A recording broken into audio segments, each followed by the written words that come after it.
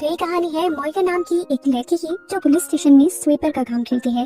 और एक दिन ये सब करते हुए उससे एक मर्डर केस के एविडेंस नीचे गिर जाते हैं, जिसे जब वो उठाने लगती है तो एविडेंस को देखकर उसे पता चलता है कि पुलिस जिसको सस्पेक्ट यानी मुजरिम मान रही थी वो तो खुद असली किलर्स के हाथों खिलौना बनी थी। और पुलिस सिर्फ इसलिए मरे हुए आदमी की वाइफ को सस्पेक्ट मान रही थी क्योंकि वो उसी दिन से गायब थी। खैर वो बोर्ड पर सस्पेक्ट को विक्टिम लिखकर चली जाती है और सुबह जब डिटेक्टिव कैरी डेक और उसकी टीम ऑफिस आते हैं तो सब कंफ्यूज हो जाते हैं कि ये किसने किया था। कोई भी जिम्मेदारी लेने को तैयार नहीं था। तो डिटेक्टिव कैरी डेक को गुस्सा आ गया और उन्होंने सीसीटीवी देखी, जिससे उन्हें पता चला कि ये मॉर्गन ने किया है। इसीलिए वो उसे घर से सवाल जवाब करने के लिए पुलिस स्टेशन ले आते हैं और उसे पूछा जाता है कि आखिर उसने पुलिस के काम में टांग अड़ाई क्यों। लेफ्टिनेंट सवाल करती है कि आखिर तुम्हें वो विक्टिम क्यों लगी। वो पिक्चर्स दिखाते हुए एक्सप्लेन करना शुरू करते हैं कि वाइफ को सस्पेक्ट सिर्फ इसलिए माना जा रहा है क्योंकि वो मर्डर के फौरन बाद से गायब है और बज़ाहिर उस दिन घर में उसके अलावा कोई नहीं है।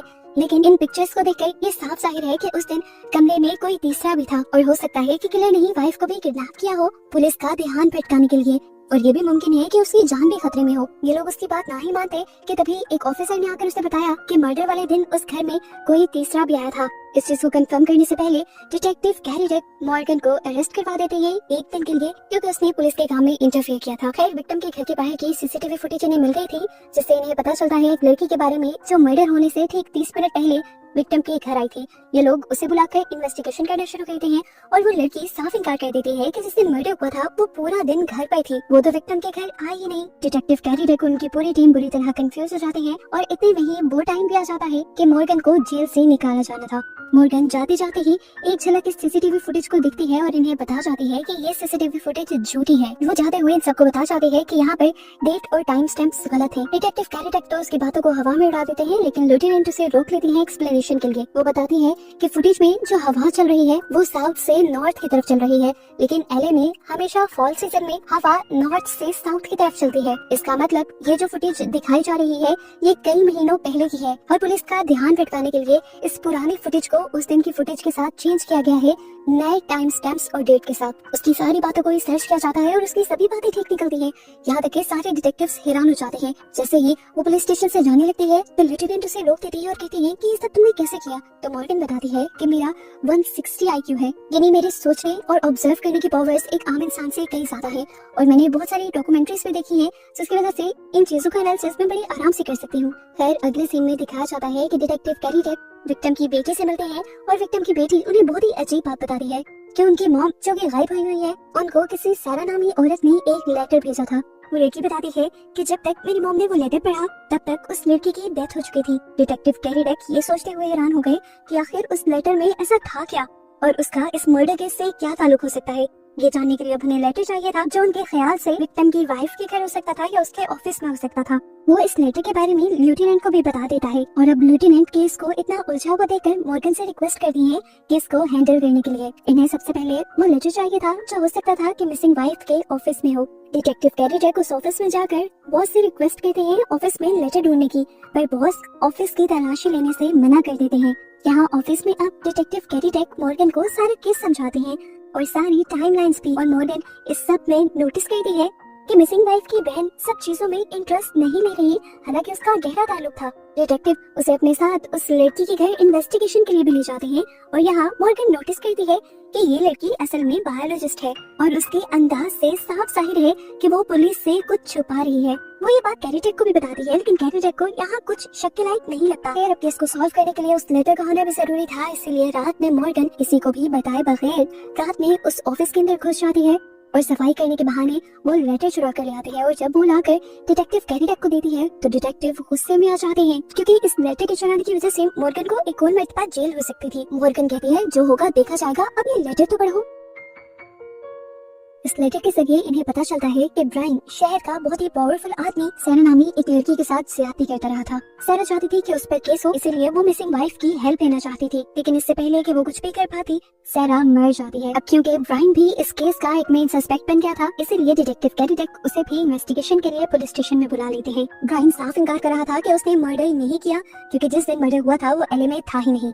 इसी दौरान बाहर से भी ऑफिसर ये पता चला लेती है कि ब्रायन मर्डर वाले दिन फाउंटेना सिटी में था। इससे पहले कि इन्वेस्टिगेशन आगे बढ़ती, जिस ऑफिस से मॉर्गन ने लेटर चुराया था, उसका बॉस मॉर्गन पर लीगल एक्शन लेने के लिए आ जाता है, जिसकी वजह से डिटेक्टिव कैरी डेक बहुत ज्यादा गुस्से में आ जाते हैं, क्योंकि वो पहले ही मॉर्गन को ऐसे उल्टे कामों से मना कर रहे थे और उन्होंने मॉर्गन को कहा भी था कि ये लेटर वापस रख कर आओ। इन्हीं सब ब्लंडर्स की वजह से इन्वेस्टिगेशन लेट होती जा रही थी, जिसकी वजह से डिटेक्टिव कैरी डेक मॉर्गन को इन्वेस्टिगेशन से निकाल देते हैं। लेकिन उसकी जहानत की वजह से अगले ही दिन दोबारा उन्हें मॉर्गन के पास जाकर मॉर्गन से हेल्प लेनी पड़ती है, क्योंकि डिटेक्टिव को केस से ब्रायन का लिंक समझ नहीं आ रहा था। जिस दिन मर्डर एलए में हुआ था, उस दिन ब्रायन फाउंटेना में था। अब सोचते हुए मॉर्गन ये बताती है कि मर्डर असल में उस दिन हुआ ही नहीं जब का दिखाया जा रहा है। वो कहती है कि हो सकता है कि मर्डर कुछ दिन पहले हुआ हो और बाद में वहाँ चेंजेस करके उसे ऐसा दिखाया गया हो जैसे कि अभी हुआ है। डिटेक्टिव कैरी डेक हैरानी से सवाल करते हैं कि इतनी छोटी से तुम ये सब कैसे कह सकते हो। ये समझाने के लिए मॉर्गन उसे विक्टिम के घर लेकर जाती है और वहाँ के लोग देखते हैं कि घर का टेम्परेचर बहुत कम था, इसी वजह से वहाँ लाश सड़ी नहीं और खून के दाग भी ऐसे रहे जैसे नए हो। डिटेक्टिव कैरी डेक अभी भी नहीं समझ पा रहे थे, तो मॉर्गन ने कहा, देखो लेनेट जो औरत विक्टिम की वाइफ है और गायब है, उसकी सिस्टर उसके मामले में आकर कोई बात नहीं करती और फिक्र नहीं दिखाती। जब हम उसके घर जाते हैं तो हमें उसके घर पे बहुत सारे फाउंटेना के आर्टिफैक्ट दिखते हैं, जिसका मतलब वो भी रिसेंटली फाउंटेना शहर में गई है। ट्विस्ट ये नहीं है कि वो फाउंटेना गई थी, ट्विस्ट ये है कि वो फाउंटेना उन्हीं डेट्स में गई थी जिस डेट्स में ब्रायन फाउंटेना गया था। और यहाँ पे सारी चीजें ये शो हो रही हैं कि उन्हीं डेट्स में मर्डर हुआ है। इन सब चीजों से आसानी से अंदाजा लगाया जा सकता है कि ब्रायन उसका बॉयफ्रेंड था। ब्रायन को जब पता चला कि लेनेट सारा का केस लेने वाली है, तो ब्रायन के खिलाफ वो उसकी बहन को लेकर आया ताकि लेनेट पीछे हट जाए। उन्होंने लेनेट को जरूर धमकी दी होगी और जब लेनेट के हस्बैंड ने उन्हें डराने के लिए बंदूक उठाई तो ब्रायन उससे डरा नहीं बल्कि उसने गन छीनने की कोशिश की और इस सब में लेनेट के हस्बैंड को गोली लग गई। अब ये केस एक मर्डर का बन गया था। ये सब छुपाने के लिए इन्होंने लेनेट को पहले बंदी बनाया, क्योंकि लेनेट की बहन बायोलॉजिस्ट थी, इसीलिए अपने ब्रायन को बचाने के लिए उसने सारी प्लानिंग की। घर का टेम्परेचर कम किया ताकि सबूत पुराने ना लगे। सीसीटीवी में भी जाते हुए एक पुरानी फुटेज सेट कर गई नए टाइम स्टैम्प्स के साथ, और लेनेट को उन्होंने उसी दिन से किडनैप कर लिया ताकि सबको लगे कि लेनेट अपने ही हस्बैंड का खून करके भागी है। अभी इसी जगह को देखते हुए मॉर्गन गेस करती है कि इस टाइम लेनेट को कहाँ रखा होगा इन लोगों ने। और मजे की बात कि उसका गेस ठीक भी होता है और जल्द ही ये लोग लेनेट तक पहुँच उसे रेस्क्यू कर लेते हैं और मुजरिम आखिर पकड़े जाते हैं और ये केस यहीं पर खत्म हो जाता है। सब लोग हैरान थे, इतने कॉम्प्लिकेटेड केस को मॉर्गन ने इतनी आसानी से सॉल्व कर लिया था। इसीलिए लेफ्टिनेंट उसे डिटेक्टिव की जॉब भी ऑफर करती है, जिसे वो ठुकराती है क्योंकि इस जॉब में बहुत ज्यादा टाइम लगता है और उसे अपनी फैमिली को टाइम देना था। फाइनली अब उसे हम उसकी बेटी के साथ देखते हैं, जहाँ वो नोटिस करती है कि उसकी बेटी अपने डैड से नफरत करने लगी है, क्योंकि उसे लगता है कि उसके डैड उसे जानबूझकर छोड़ कर गए हैं। हालांकि उसके डैड 15 साल पहले कहीं गायब हो गए थे और उनका आज तक कोई सुराग नहीं मिला। मॉर्गन को इस चीज से बहुत ज्यादा दुख होता है कि उसकी बेटी उसके डैड को गलत समझ रही थी। मॉर्गन भी आखिर ये पता चलाना चाहती थी कि उसके हस्बैंड को हुआ क्या, इसलिए अगले दिन वो लेफ्टिनेंट से इस शर्त पर जॉब की ऑफर कबूल कर लेती है कि वो उसके हस्बैंड को ढूंढने में उसकी मदद करेंगे। और यहाँ पर लेफ्टिनेंट भी उसकी ऑफर को एक्सेप्ट कर लेती है। खैर दिखाया जाता है कि दोबारा मॉर्गन घर पर थी, जहाँ उसे पता चलता है कि उसकी बेटी को कॉलेज में पेंटिंग के लिए फर्स्ट प्राइज मिला है। ये देखकर वो बहुत ज्यादा एक्साइटेड हो जाती है और अपनी बेटी को उसके डैड की पेंटिंग्स दिखाने लगती है और इस चीज से उसकी बेटी को बहुत ज्यादा गुस्सा आ जाता है, क्योंकि आज भी उसकी बेटी को लगता है कि उसके डैड उसे जानबूझकर छोड़ के गए थे। इसी दौरान उनके दरवाजे पे नॉक होता है। मॉर्गन बाहर जाकर देखती है तो बाहर लेफ्टिनेंट थी, जो उसे उसके हस्बैंड की केस में एक अच्छी खबर देने के लिए आई थी। उसके हस्बैंड की कार का पता चल गया था, जो उसके गायब होने के 3 दिन बाद पुलिस स्टेशन में आई थी और उसकी कार में उस दिन डायपर्स भी मिले थे और इसका साफ मतलब था कि वो ये डायपर्स अपने बच्चों के लिए ला रहा है। उसका अपनी फैमिली को छोड़ने का कोई इरादा नहीं था। और ये बात सुनकर मॉर्गन की आंखों में आंसू आ जाते हैं। खैर दिन गुजरते रहते हैं और मॉर्गन अपने डिटेक्टिव की जॉब करती रहती है। वो बहुत सारे मर्डर केसेस में हेल्प कर, जिससे जल्द ही पुलिस मुजरिमों को पकड़ भी लेती है। साथ साथ खुद लेफ्टिनेंट मॉर्गन के हस्बैंड की इन्वेस्टिगेशन कर रही थी और एक दिन उन्हें पता चलता है कि आज से 15 साल पहले उनके ही एक ऑफिसर ने मॉर्गन के हस्बैंड को अरेस्ट किया था, क्योंकि उसने इलीगली एक दीवार पर पेंटिंग बनाई थी और उस बिल्डिंग के अंदर अक्सर क्रिमिनल्स रहते हैं। लेफ्टिनेंट ये बात आकर फौरन मॉर्गन को बताती है और उन्हें कहती है कि मुझे लगता है तुम्हारे हस्बैंड ने कुछ ऐसा किया है जिसकी वजह से कोई उसे ले गया है या वो गायब हुआ है, क्योंकि जहाँ पर उसने पेंटिंग बनाई थी वो क्रिमिनल्स की जगह है। ये देखकर मॉर्गन उसे बहुत सारी पिक्चर्स दिखाती है जिसमें उसके हस्बैंड की बनाई बहुत ही अच्छी अच्छी पेंटिंग्स थी और वो कहती है कि मुझे नहीं लगता कि आप इस बारे में ठीक कह रही हैं। खैर महीनों गुजर जाते हैं और महीनों के काम के बाद फाइनली मॉर्गन को डिटेक्टिव का काम करते हुए उसका फॉर्मल बैज मिल जाता है। वो बहुत ज्यादा खुश थी और इसी चीज को सेलिब्रेट करने के लिए वो वॉशरूम में जाकर उसकी पिक्चर्स ले रही थी कि तभी वहाँ पर रोते हुए एक औरत आती है। मॉर्गन उससे पूछती है क्या हुआ, तो वो औरत रोते हुए बताती है कि उसकी 2 बेटियां गायब हैं और उन्हीं की रिपोर्ट करवाने के लिए वो पुलिस स्टेशन में आई है।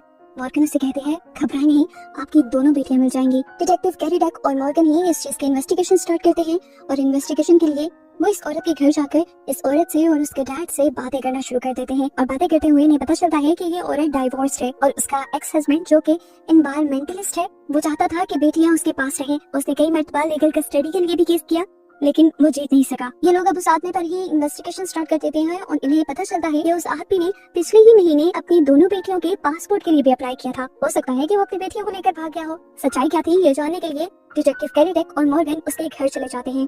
अंदर कोई भी नहीं था लेकिन मॉर्गन उसी के घर के पास एक छोटा सा ग्रीन हाउस देखती है। मॉर्गन नोटिस करती है कि इसी ग्रीन हाउस में एक ही प्लांट के अंदर कुकम्बर भी लगाए गए हैं और टोमेटोज भी लगाए हुए हैं। हालांकि ये दोनों एक ही साथ उग ही नहीं सकते और अगर वो आदमी एक एनवायरमेंटलिस्ट है तो उसे तो ये बात पता होगी। डिटेक्टिव कैरी डक कहते हैं तो क्या तुम ये कहना चाहती हो कि इस ग्रीन हाउस को नया नया बनाया गया है और यहाँ पे कुछ छुपाया गया है?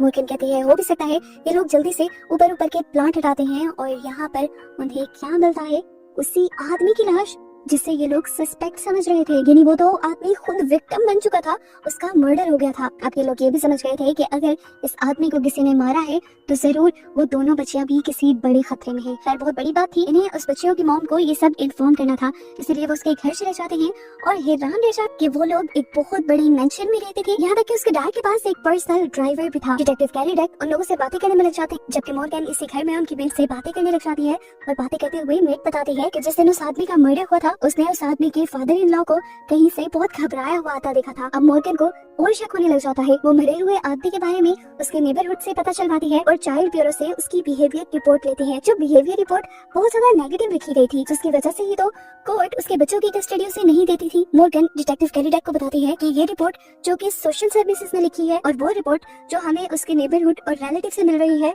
वो बिल्कुल ऑपोजिट है, जिसका साफ मतलब है कि यहाँ पर सोशल वर्कर भी इन्वॉल्व है और उसे कुछ बहुत बड़ा पता है। ये लोग उस सोशल वर्कर के बारे में रिसर्च करते हैं और उन्हें उसका नाम सहरा पता चलता है। इसके भी रेड बाल थे जिसके बारे में बहुत सारे लोगों ने बताया था कि वो बार बार उस मरे हुए आदमी के साथ फिरती दिखी। ये लोग उसके घर पहुंचते हैं और यहाँ की चीजें देखते हुए मॉर्गन अंदाजा लगाती है कि ये औरत ज्यादा पैसे नहीं कमा पाती क्योंकि उसकी किचन की जो रेगुलर चीजें थी वो काफी चीप थी, लेकिन उसके बावजूद उसके लॉन्च में हवाई से आए कुछ फ्लावर्स रखे हुए थे। उसने 5 स्टार होटल के लग्जरी स्लीपर्स पहने हुए थे और उसके डाइनिंग टेबल पर बहुत सारे महंगे महंगे बिल्स भी रखे हुए थे, जिससे वो साफ अंदाजा लगा लेती है कि मरे हुए आदमी के फादर इन लॉ यानी उन बच्चों की ग्रैंडफादर ओल्ड मैन जो की एक अमीर आदमी है वो इस सोशल वर्कर को रिश्वत देती नहीं है ताकि वो उस आदमी के बारे में गलत रिपोर्ट लिखे।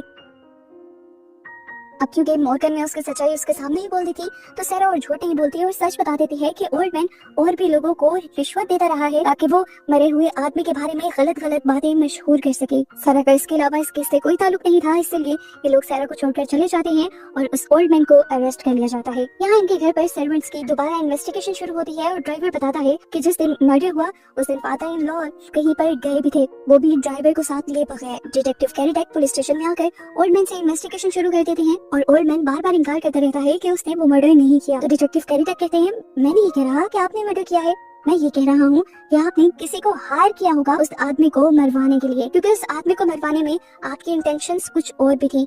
वो आपके सारे इलीगल बिजनेसेस के बारे में जानता था और आपको ये बात उसकी पसंद नहीं थी। वो आदमी लगातार इनकार करता रहता है, लेकिन यहाँ पर दूसरी तरफ से जो इन्वेस्टिगेशन चल रही थी उसके जरिए पता चला लिया जाता है कि सच में ओल्ड मैन ने एक आदमी को हायर किया था अपने ही सन इन लॉ को मरवाने के लिए। ये लोग उस आदमी को भी पकड़ लेते हैं, लेकिन उस आदमी के पास वो दोनों किडनैप हुई बच्चियां नहीं मिलती। जिस दिन वो आदमी पकड़ा जाता है उसी दिन अब उन बच्चियों की मॉम भी वहाँ से गायब हो जाती है, जिसकी वजह से सारे डिटेक्टिव उसे भी सस्पेक्ट लिस्ट में रखने लग जाते हैं कि क्या पता अपने डैड के बुरे को छुपाने के लिए उस औरत ने खुद ही ये सारा खेल रचा हो। मॉर्गन को इनकी बातों पे यकीन नहीं आ रहा था।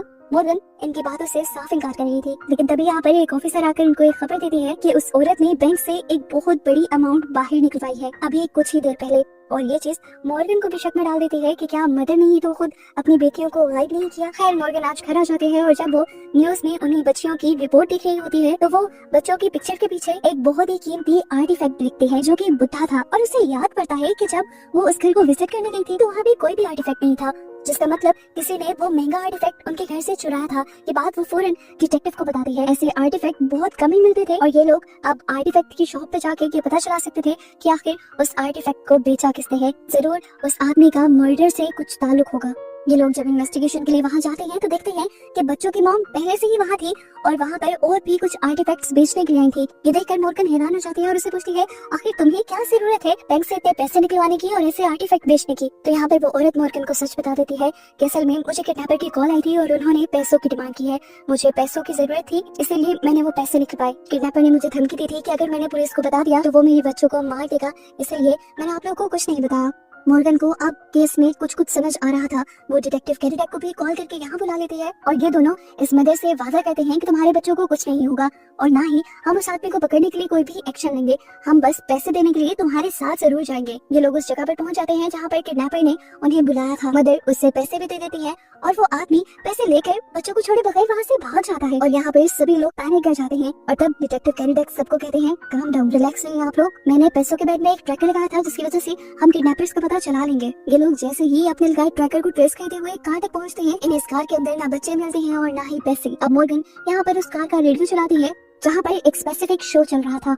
मॉर्गन को फौरन याद आया ये शो उस दिन उस घर में उनका ड्राइवर भी सुन रहा था। यानी क्या इस सब के पीछे उनका ड्राइवर इन्वॉल्व है। मॉर्गन को ये भी याद आता है कि उस दिन उसने कार ऐसी जगह पर पार्क की हुई थी जिसके साइड व्यू मिरर से उसे बच्चों की मॉम साफ दिखाई दी। इन सारी बातों से मॉर्गन ये कंक्लूड करती है कि जरूर वो ड्राइवर उस लड़की को पसंद करता है, लेकिन क्योंकि उसके पास पैसे नहीं थे इसलिए उसने ये सारा ड्रामा किया। उसने बच्चों को किडनैप किया ताकि उसके पास पैसे आ जाएं और फिर वो ये ड्राइवर की नौकरी छोड़कर उस लड़की से शादी कर सके। वो कहती है कि हो सकता है ये मर्डर भी इसी आदमी ने किया हो और उन दोनों बच्चियों को भी किडनैप करके इसी ने छुपाया हुआ हो। ये लोग ड्राइवर से इन्वेस्टिगेशन शुरू कर देते हैं और पता चलता है कि मर्डर तो उसने नहीं किया था लेकिन उसने उसकी बेटियों को किडनैप जरूर किया था। लेकिन जैसे ही वो माउंटेन पर गाड़ी को लेकर गया तो दोनों ही बेटियां उसके चंगुल से भाग गई और अब उसे भी नहीं पता कि वो दोनों कहाँ हैं। ये देखते हुए सभी लोग ये जान जाते हैं कि दोनों बच्चियां खतरे में हैं और उसकी बताई लोकेशन पर बच्चों को ढूंढने के लिए चले जाते हैं। माउंटेन्स पर जाने पर मॉर्गन वहाँ पर बहुत सारी साइंस देखती है जो बच्चियों ने लगाए हुए थे उन्हें ढूंढने के लिए, क्योंकि उनके डैड एनवायरमेंटलिस्ट थे। ये सब उन्हें उनके डैड ने सिखाया था। इन्हीं क्लूज की वजह से आखिर इन्हें जल्दी वो दोनों बच्चियां मिल पे जाती हैं और ये लोग उन्हें रेस्क्यू करके उनकी मदर के पास छोड़ देते हैं और ऐसे ये कॉम्प्लिकेटेड केस पे मॉर्गन सॉल्व कर देते हैं। अब अगला दिन आ जाता है और मॉर्गन ने जैसे अपनी बेटी से प्रॉमिस किया था वो अपनी बेटी को पुलिस स्टेशन दिखाने के लिए पुलिस स्टेशन में आती है, जहाँ पर उसकी बेटी वॉशरूम के लिए निकल जाती है और इतने में ही हम देखते हैं कि पुलिस स्टेशन के अंदर एक अजीब सी औरत घुस आती है। काफी चालाक थी ये औरत। एक ऑफिसर से गन खींचते हुए वो यहाँ पर जल्द ही सभी लोगों को बंदी बना लेती है और सब लोगों को ये शॉकिंग न्यूज देती है कि उसने पहले से ही पूरे पुलिस स्टेशन में जगह जगह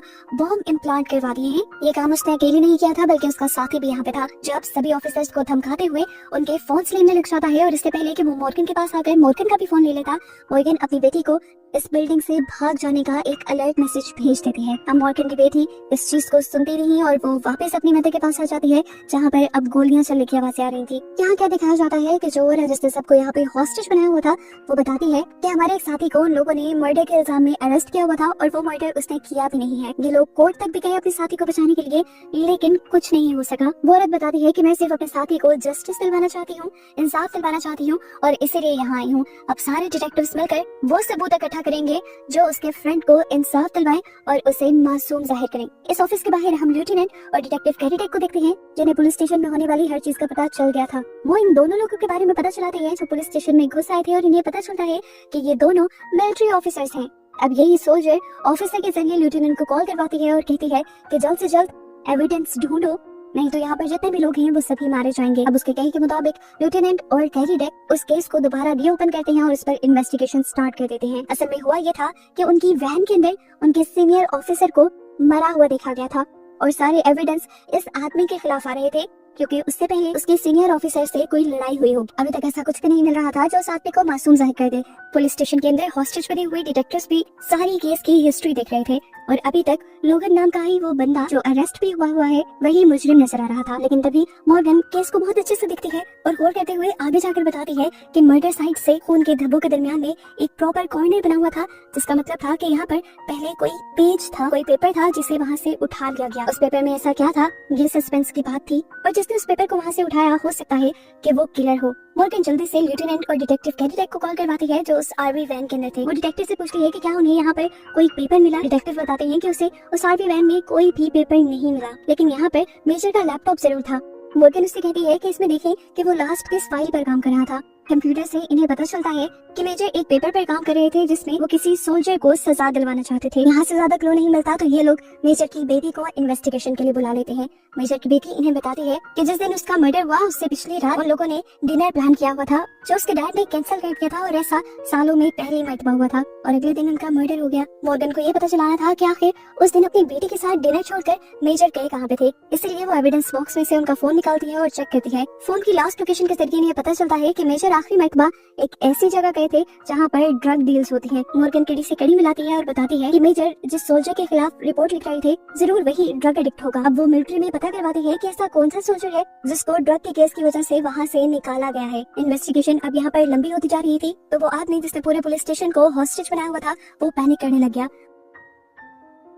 उसके साथी ने आकर उसे काम डाउन किया और उसे समझाया कि पैनिक करने की जरूरत नहीं है, हमें पुलिस वालों पर भी यकीन नहीं करना, लेकिन फिलहाल हमें उन्हीं की मदद चाहिए। ये लोग बात ही कर रहे थे कि इतने में दूसरे ऑफिसर को पता चल गया कि वो लोग पैनिक हुए हुए हैं, इसलिए वो उसको मारकर उसकी गन छीनने की कोशिश करता है, लेकिन इस सब में बेचारे ऑफिसर की टांग पर ही गोली लग जाती है। सारे घबरा से जाते हैं और मॉर्गन इस ऑफिसर के लिए एम्बुलेंस की डिमांड करती है। ये लोग जब मॉर्गन की बात नहीं मानते तो मॉर्गन इन्हें इमोशनल करने की कोशिश करती है और कहती है कि लड़की जिसने इन्हें हॉस्टेज बनाया हुआ था वो इस टाइम प्रेग्नेंट थी और उसका रिलेशन लोगन के साथ था, उसी ऑफिसर के साथ था जो इस टाइम अरेस्ट हुआ है। ये जानकर उसका दूसरा साथी गुस्से में आ जाता है। उसे ऐसे लगता है कि जैसे इस लड़की ने उसे धोखा दिया है। तो लड़की कहती है मैंने तुम्हें कोई धोखा नहीं दिया, बस तुम्हें ये बात नहीं बताई कि मैं प्रेग्नेंट हूँ। लोगन हमारा दोस्त है और अभी पॉइंट की बात यह है कि हमें उसे रिलीज करवाना है। इनको यहाँ पर इमोशनली डैमेज हुआ देखकर मॉर्गन एक और इमोशनल बात कहती है और उनसे रिक्वेस्ट करती है कि इस ऑफिसर को मेडिकल हेल्प दे देनी चाहिए, जिसके लिए आखिर ये दोनों भी मान जाते हैं। मॉर्गन की बेटी के साथ उस ऑफिसर को एम्बुलेंस में बुलाकर भेज दिया जाता है,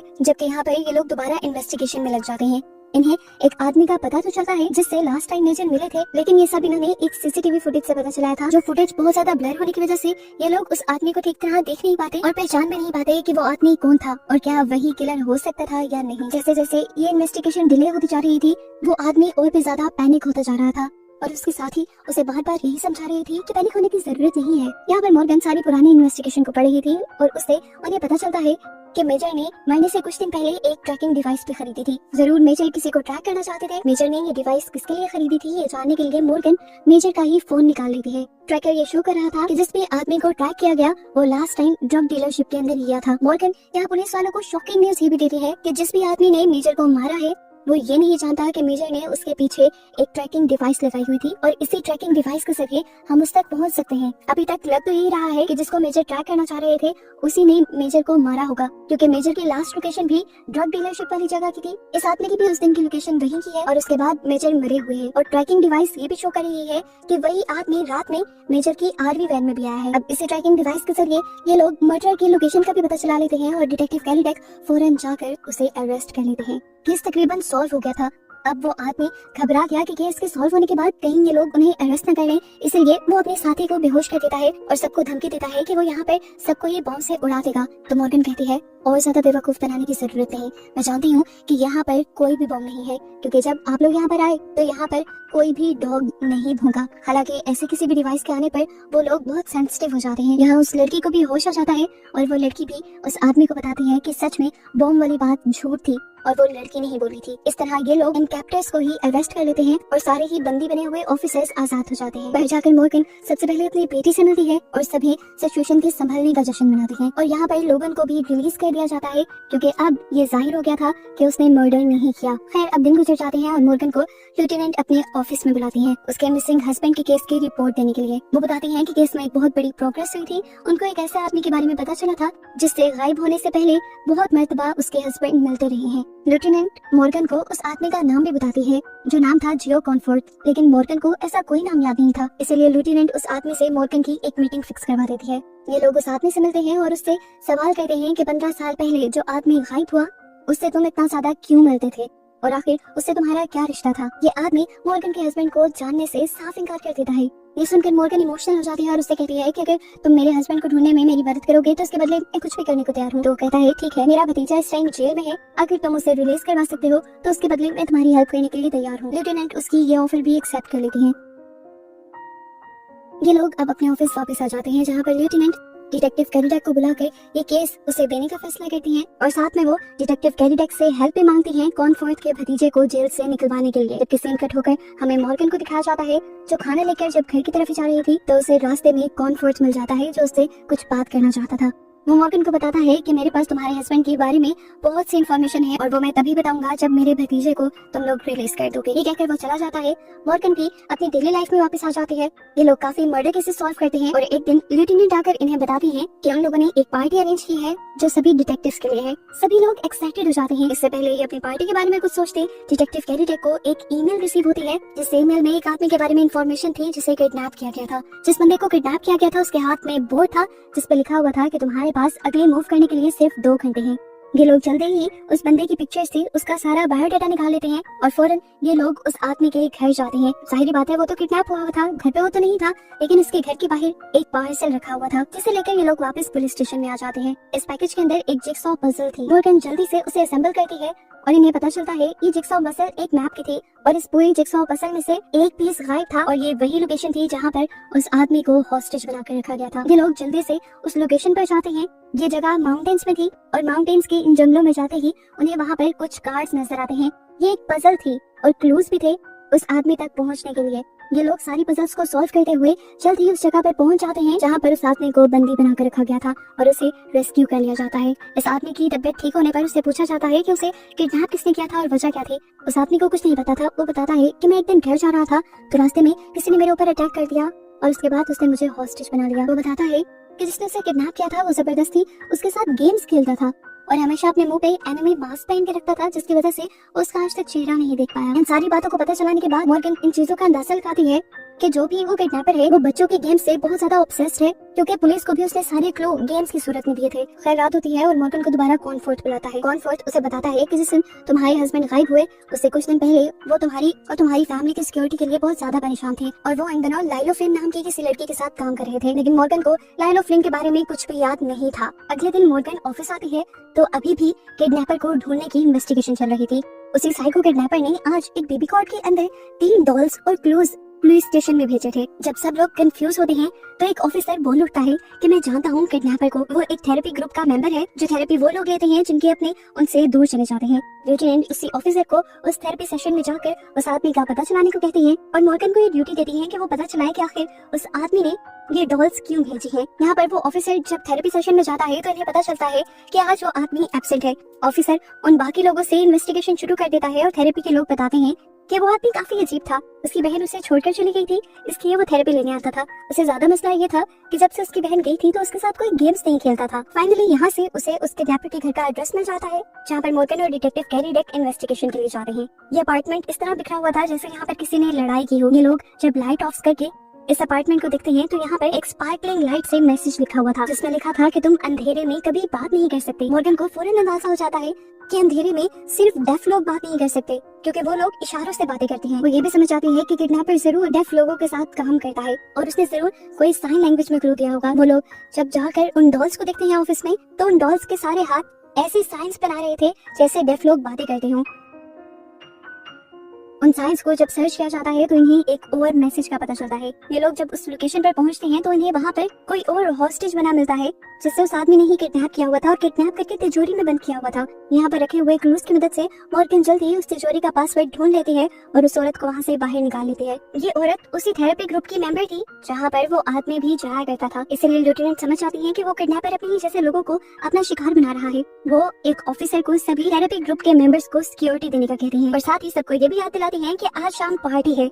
इसलिए सब लोग तैयार होने के लिए घर आ जाते हैं और मॉर्गन भी घर आ जाती है जब उसे कॉनफोर्थ का मैसेज मिलता है जो उसे एक लोकेशन और टाइम बताता है और कहता है कि अगर अपने हस्बैंड के बारे में और इन्फॉर्मेशन चाहिए तो वहाँ आ जाना। जबकि यहाँ पर डिटेक्टिव कैरीडेक अपने FBI के एक दोस्त से मिलते हैं। वो उनसे एक लड़की के बारे में पता चलवाना चाहते थे जो अक्सर मॉर्गन के हस्बैंड के साथ देखी गई है जिसका नाम लाइलो फ्लिन था। जिसका नाम सुनकर FBI एजेंट भी हैरान हो जाते हैं और बताते हैं कि लाइलो फ्लिन भी अंडरकवर FBI एजेंट थी और 15 साल पहले वो मारी गई थी। जाते जाते ये FBI ऑफिसर डिटेक्टिव कैरीडेक को एक फाइल भी देकर जाता है जिसमें लाइलो फ्लिन का पूरा बायोडाटा था। अब सीन कट होकर हमें उस ऑफिसर को दिखाया जाता है जो थेरेपी ग्रुप का मेंबर भी था और यहाँ पर डिटेक्टिव भी था। वो जब अपनी पुलिस पार्टी के लिए तैयार होकर निकलता है तो एकदम से गाड़ी में बैठते ही उसका एयर बैग फट जाता है और सामने हम किसी मास्क पहने आदमी को देखते हैं। यानी ये वही किडनैपर था जो अपने ही ग्रुप के लोगों को किडनैप कर रहा था और उसने अब डिटेक्टिव को किडनैप कर लिया था। यहाँ पार्टी में सभी लोग एंजॉय कर रहे होते हैं, लेकिन तभी सबको उसी ऑफिसर की कमी महसूस होने लगती है।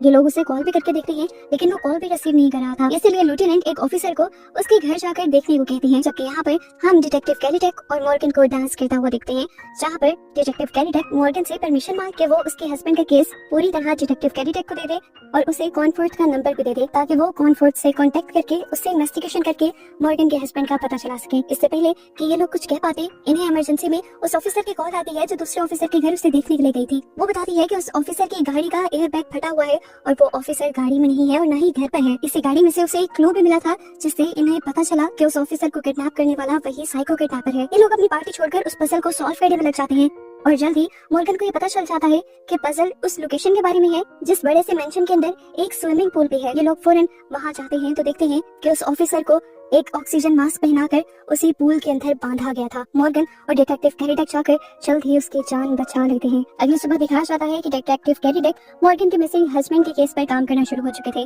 वो कॉनफोर्ट से मिलते हैं और उस पर बहुत ज्यादा रोब जमाते हुए आखिर उसे कुछ इन्फॉर्मेशन देने में कामयाब हो जाते हैं। जबकि यहाँ पर हमें मॉर्गन को दिखाया जाता है जो अपनी फैमिली के साथ ग्रोसरीज करने के लिए गई थी और वहाँ पर एक लड़का उनकी हेल्प करता है। और जब ये लोग घर आते हैं तो ये अपने सामान में एक अजीब सा डब्बा देखते हैं जिसके पीछे एक स्टिकर लगा था और उस पे लिखा था यू आर द मॉर्गन। ये बहुत अजीब बात थी। इधर पुलिस स्टेशन के अंदर जिस ऑफिसर को किडनैप किया था उस किडनैपर ने उसी ऑफिसर ने उस किडनैपर का स्केच भी बनवा लिया था और जैसे ही उसे मॉर्गन को भेजा जाता है तो मॉर्गन फौरन पहचान लेती है कि ये वही लड़का था जिसने आज ग्रोसरी स्टोर में उसकी मदद भी की और उसकी ग्रोसरीज में ये अजीब सा पैकेज भी रखा। इससे पहले कि वो कुछ भी कर पाती, मॉर्गन को एक और कॉल रिसीव होती है जिसमें उसे पता चलता है कि उसके हस्बैंड आज भी जिंदा है। कहाँ है, क्या कर रही है, इसी मिस्ट्री के साथ ये सीजन यहाँ पर खत्म हो जाता है।